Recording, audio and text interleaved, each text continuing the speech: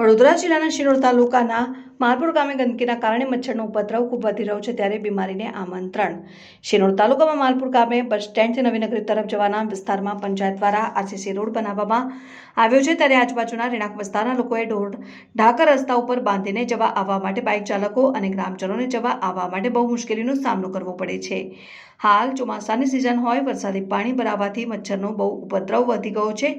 Road પર લીલા કલરની લીલ પણ બાજી ગઈ છે. આ લીલમાં કોઈ સિનિયર સિટીઝન કે કોઈ અન્ય માણસ પડે તો જવાબદારી કોણ લેશે?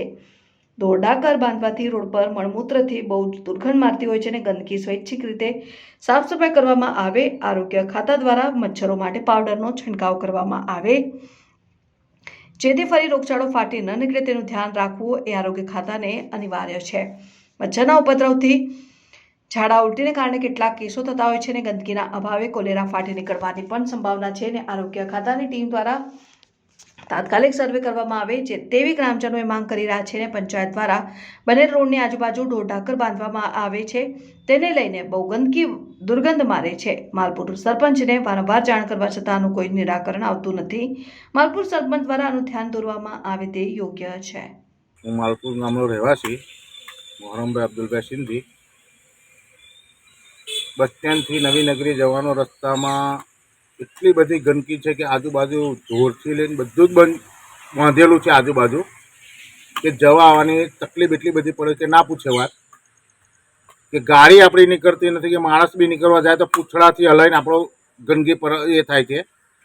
એવું છે કે આની અંદર મચ્છરને એની બધી તકલીફ થાય એની જવાબદારી કોણ લેશે?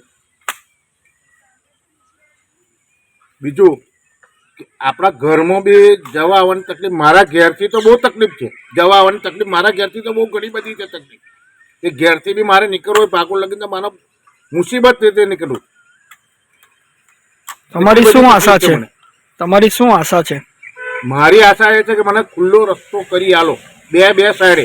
કે એક રસ્તો તો 3 વર્ષથી બંધ છે. તમે આગળ કોઈને જાણ કરેલી કે? કોઈને જાણ કરે, સરપંચને જાણ કરે, સરપંચ બી કોઈ હજુ માથામાં કશું વસ્તુ લેતો નથી. હું આજે બી કીધું, કાલે કીધું, કે વર્ષ પછી બી એને કીધેલું, પણ મારી વસ્તુ કોઈ બી હમણાં ધ્યાન પર આવતી નથી. એટલે એ તો અમને કયા વસ્તુમાં સમજાય અમને ખબર નથી, કેમ કે મારી ઘર આગળ જ ખાતરો ભરાય.